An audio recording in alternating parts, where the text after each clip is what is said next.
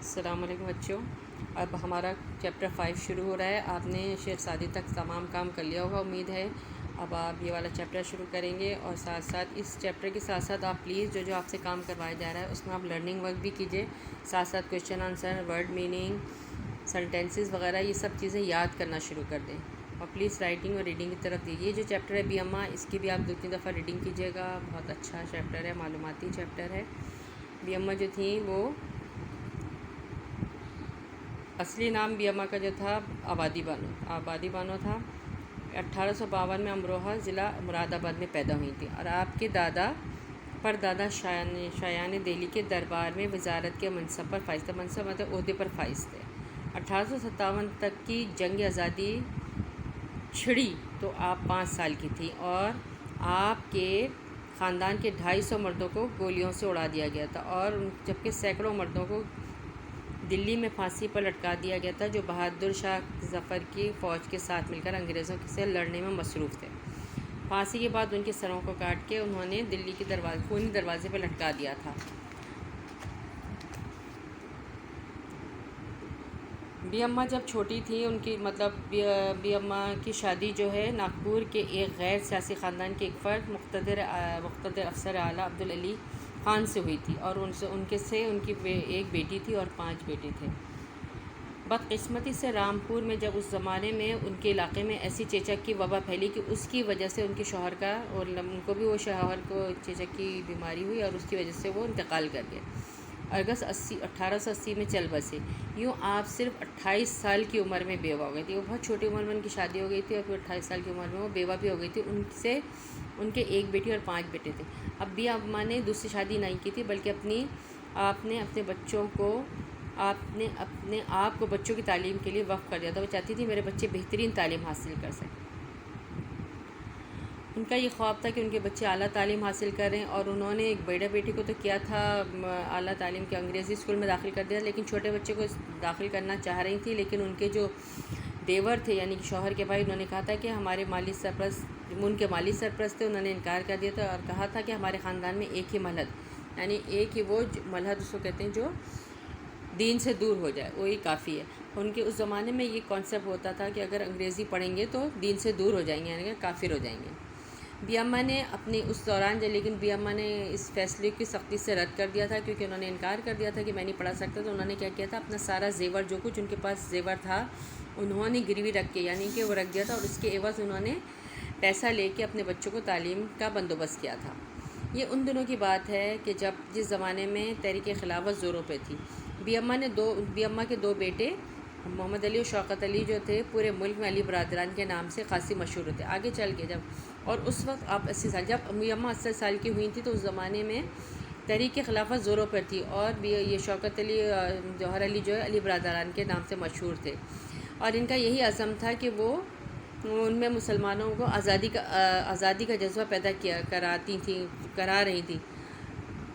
لیکن جب اتنی بوڑھی ہونے کے باوجود بھی آپ کا عزم اس وقت بھی جوان تھا، یعنی کہ وہ جوانوں کی طرح محنت کر رہی تھیں، اور برقع پہن کے وہ ہر جلسے جلوس میں شرکت کرتی تھیں، اور یہ وہ واحد خاتون تھی جو مردوں کے جلسے جو بڑے بڑے جلسے ہوتے تھے اس میں بھی انہوں نے شرکت کی تھی۔ پہلی بار کسی مردانہ جلسے میں انہوں نے خطاب کیا تھا برقع پہن کے۔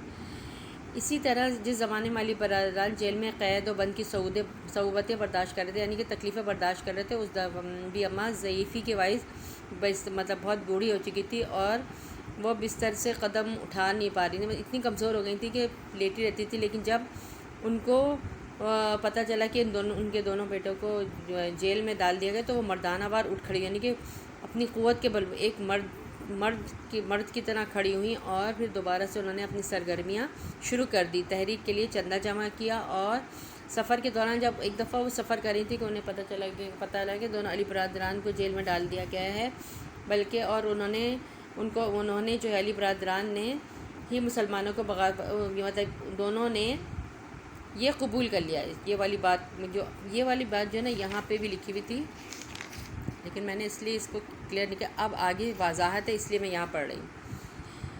یہ ان دنوں کی بات ہے،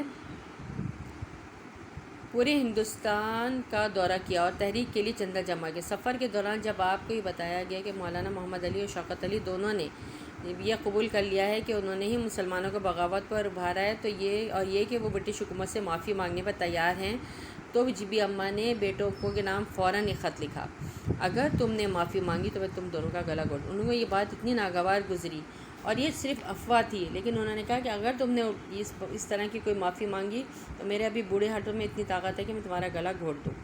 اسی زمانے میں سہارنپور میں ایک شاعر تھے جنہوں نے ان کی شان میں یہ شاعری لکھی تھی بی اماں کی شان میں۔ بولی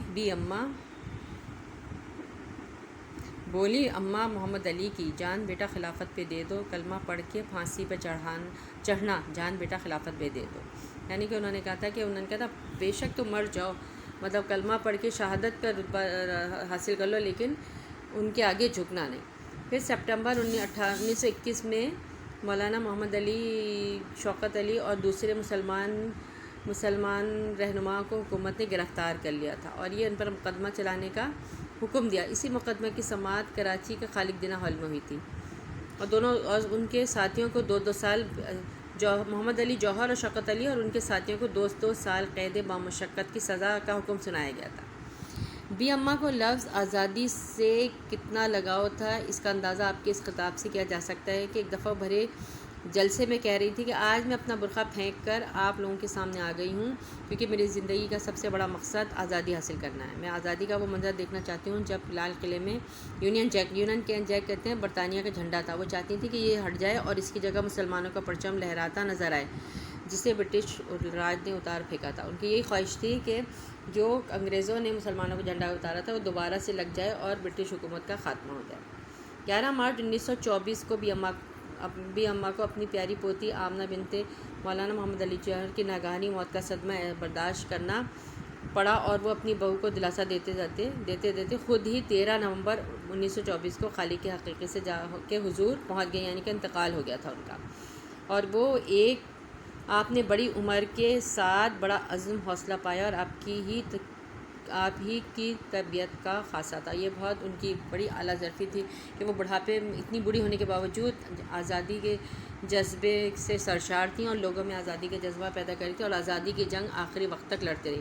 امید ہے کہ بچوں کے یہ میں نے ذرا تیزی سے پڑھا ہے اس لیے کہ زیادہ ویڈیو لمبی ہو جاتی ہے تو لوڈ نہیں ہوتی، تو پلیز آپ 2-3 دفعہ اس چیپٹر کو پڑھیں اور اچھی طرح اس کے معنی دیکھیں، پھر آپ کو ویڈیو 2 میں بتاؤں گی کہ آپ نے کرنا کیا ہے۔